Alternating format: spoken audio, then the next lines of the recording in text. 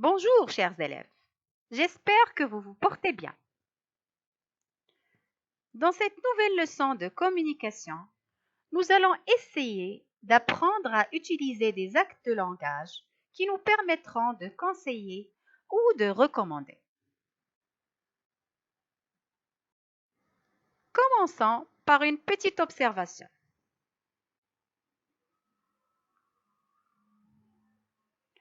Qu'est-ce que vous voyez sur cette image? Oui, exactement.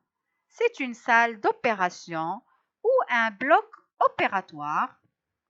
C'est là où se pratique l'une des interventions chirurgicales, d'accord? Alors, on voit aussi le matériel.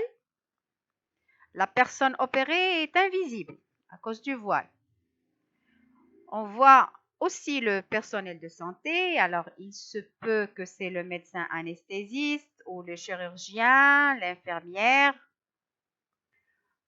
On remarque aussi que la couleur verte règne, comme vous voyez.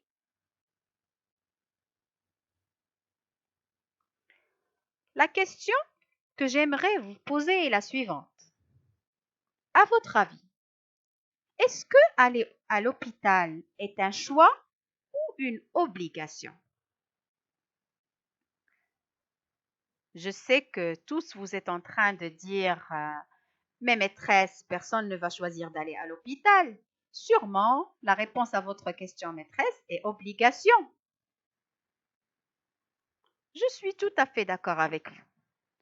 Une personne n'irait à l'hôpital que si elle en est obligée, ou bien si son état de santé le nécessite. Mais à notre situation actuelle, aller à l'hôpital est devenu un choix. Oui, c'est devenu un choix. La personne qui ne respecte pas le confinement est en train de choisir d'aller à l'hôpital.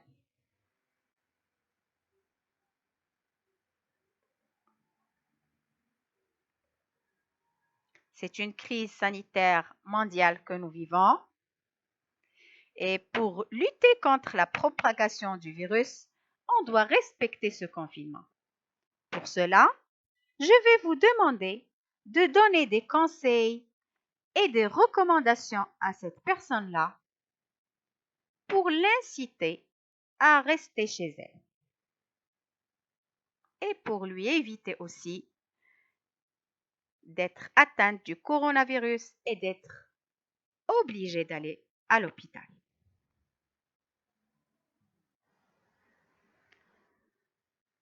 Alors, les conseils et les recommandations qu'on pourrait donner concerneront, par exemple, le fait de laver les mains, le fait d'éviter tout contact corporel ou le fait d'utiliser la barrette. Oui, le fait d'utiliser la barrette avant de sortir ou en rentrant. Alors, voici quelques conseils et recommandations qu'on pourrait donner. On pourrait dire à cette personne-là, je vous conseille de rester chez vous autant que possible. Ou bien, vous avez intérêt à éviter le contact corporel. On pourrait dire aussi, si j'étais à votre place, je laverais mes mains fréquemment. Il est recommandé de retirer les élastiques de la barrette sans toucher le devant. Un cinquième conseil, il est conseillé de limiter le temps que vous passez devant vos écrans à chercher des informations sur le Covid-19. Cela ne va que vous paniquer.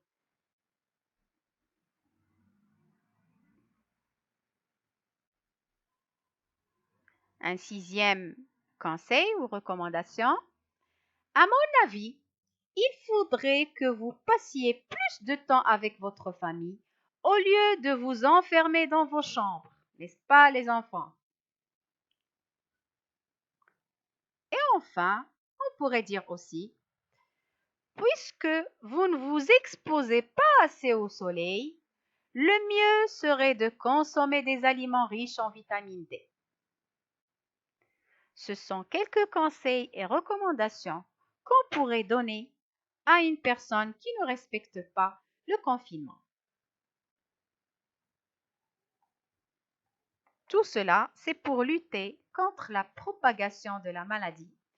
Alors, les structures utilisées, vous les voyez en rose, ce sont les actes de langage qu'on a utilisés pour donner ces conseils et ces recommandations.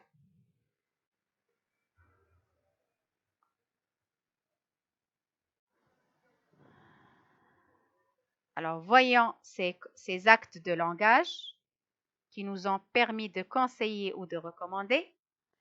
Alors, on a vu, je vous conseille de, vous avez intérêt à, si j'étais à votre place, qui sera suivi d'un verbe conjugué au conditionnel présent, il est conseillé de, il est recommandé de, le mieux serait de, à mon avis, il faudrait que. Alors, j'aimerais bien que vous essayiez de les mémoriser pour pouvoir les utiliser au cas où vous avez envie de donner des conseils ou des recommandations à quelqu'un.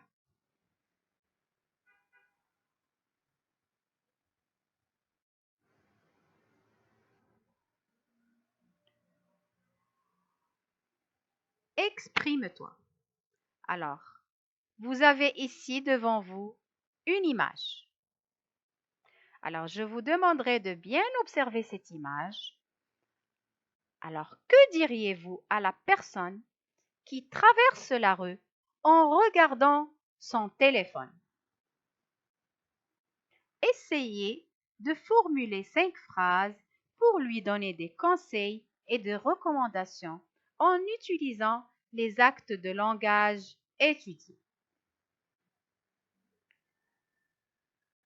C'est un travail que vous allez faire et que vous allez m'envoyer au niveau de notre plateforme. Bon courage les enfants et je vous remercie. Je vous remercie pour votre attention.